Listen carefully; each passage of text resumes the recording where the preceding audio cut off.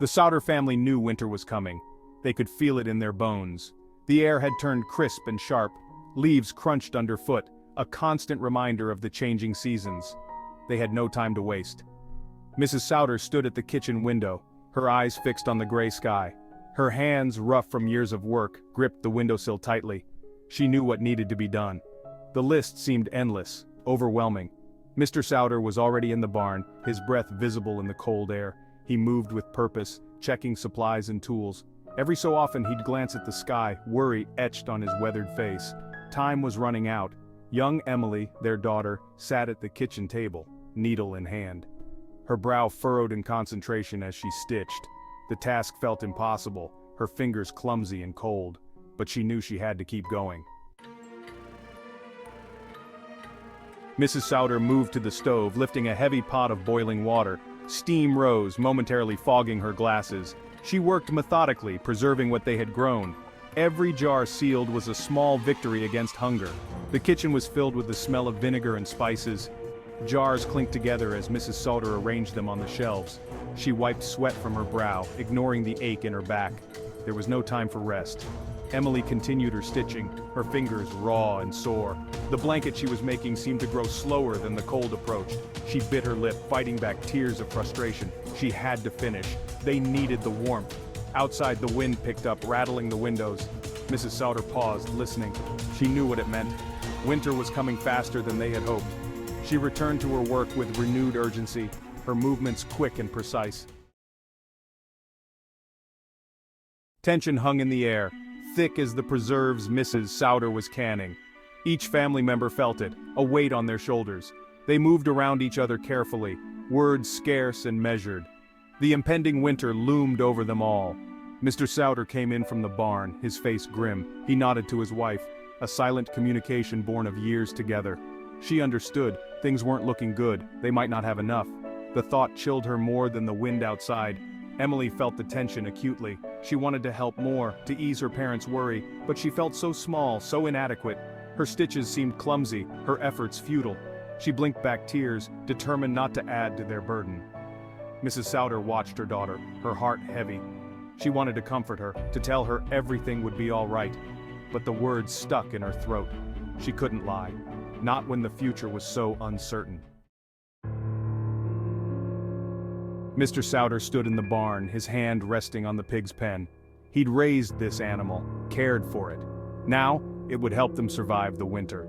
The thought brought no joy, only grim necessity. He took a deep breath, steeling himself for the task ahead. The knife felt heavy in his hand, cold, unforgiving, like the winter that was coming. He moved with practiced efficiency, his movements sure despite the heaviness in his heart. The pig's final squeal echoed in the quiet barn. Blood stained the straw, a stark reminder of the harsh realities of their life. Mr. Sauder worked quickly, not allowing himself to dwell on his emotions. There was too much to do, too much at stake. As he finished, he looked at his hands. They were red, calloused, the hands of a man who did what needed to be done. He closed his eyes for a moment, allowing himself a brief respite. Then he straightened his shoulders and carried on.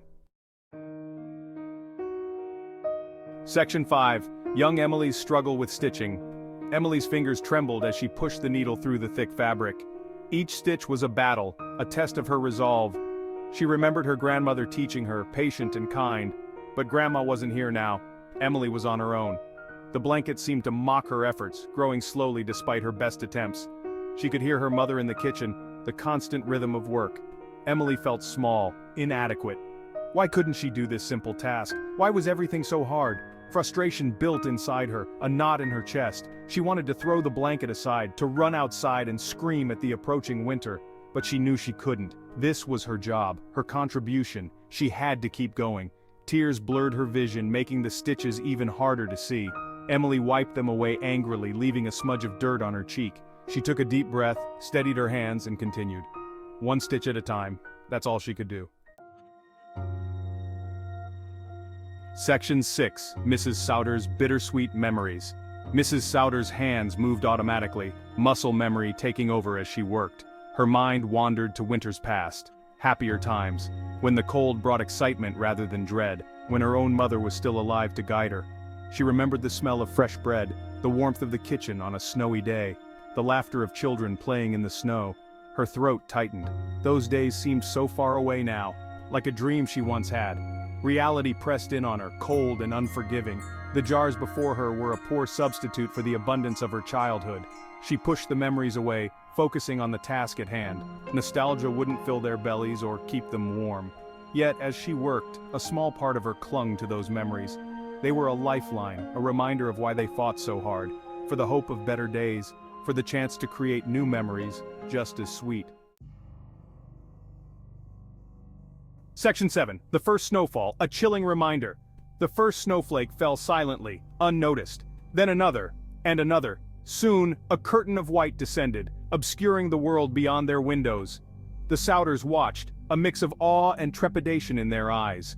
Winter had arrived earlier than expected. Mr. Sauder's jaw tightened as he looked out at the swirling snow. They weren't ready, not completely. The snow mocked their efforts, their race against time. He felt the weight of responsibility settle heavily on his shoulders. Emily pressed her face against the cold glass, her breath fogging the pain. In another time she might have been excited. Now she only felt fear. The snow seemed to whisper of long, dark days ahead, of hunger and cold. Mrs. Sauder moved to stand beside her husband, their shoulders touching, a silent gesture of support. Together they watched the snow fall, each lost in their own thoughts. The world outside grew quieter, muffled by the growing blanket of white. Section 8. Battling the cold, reinforcing the homestead. With the snow came a new urgency. Mr. Sauder moved quickly, gathering tools and supplies. Every crack, every gap in their defenses against the cold had to be sealed. He worked tirelessly, his movements fueled by determination and fear. Mrs. Sauder joined him, her own tasks set aside for the moment. They moved around each other in a well-practiced dance, anticipating each other's needs. Words were unnecessary. They both knew what was at stake. Emily watched from the doorway, feeling helpless. She wanted to assist, to be useful, but she knew she'd only get in the way. Instead, she returned to her stitching with renewed vigor. If she couldn't help outside, she'd do what she could inside. The wind howled, a constant reminder of the battle they faced.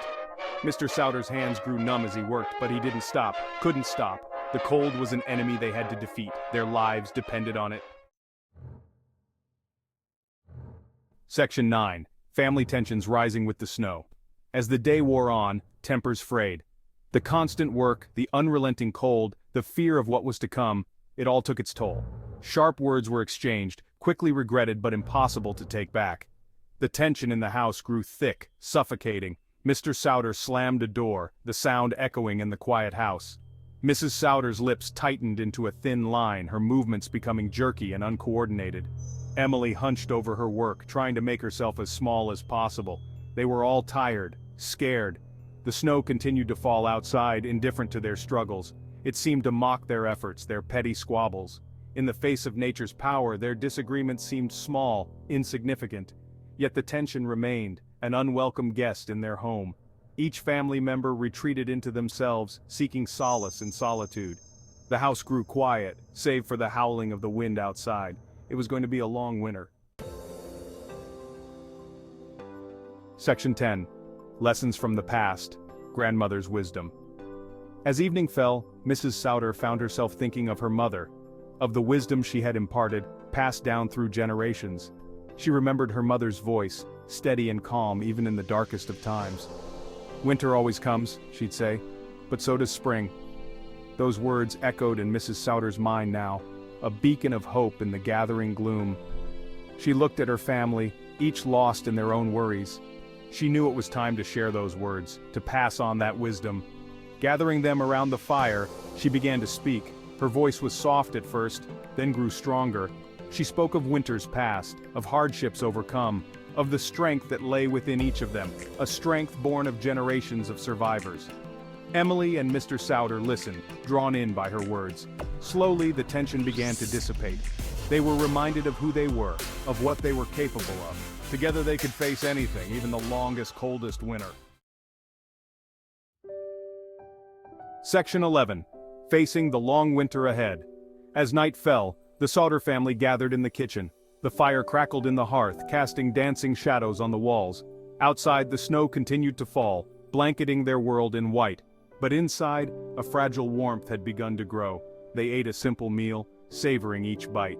Tomorrow would bring new challenges, new tasks to complete, but for now, they allowed themselves this moment of peace, of togetherness. Emily's half-finished blanket lay nearby, a symbol of their ongoing struggle and resilience. Mr. Sauder looked at his family, his gaze softening.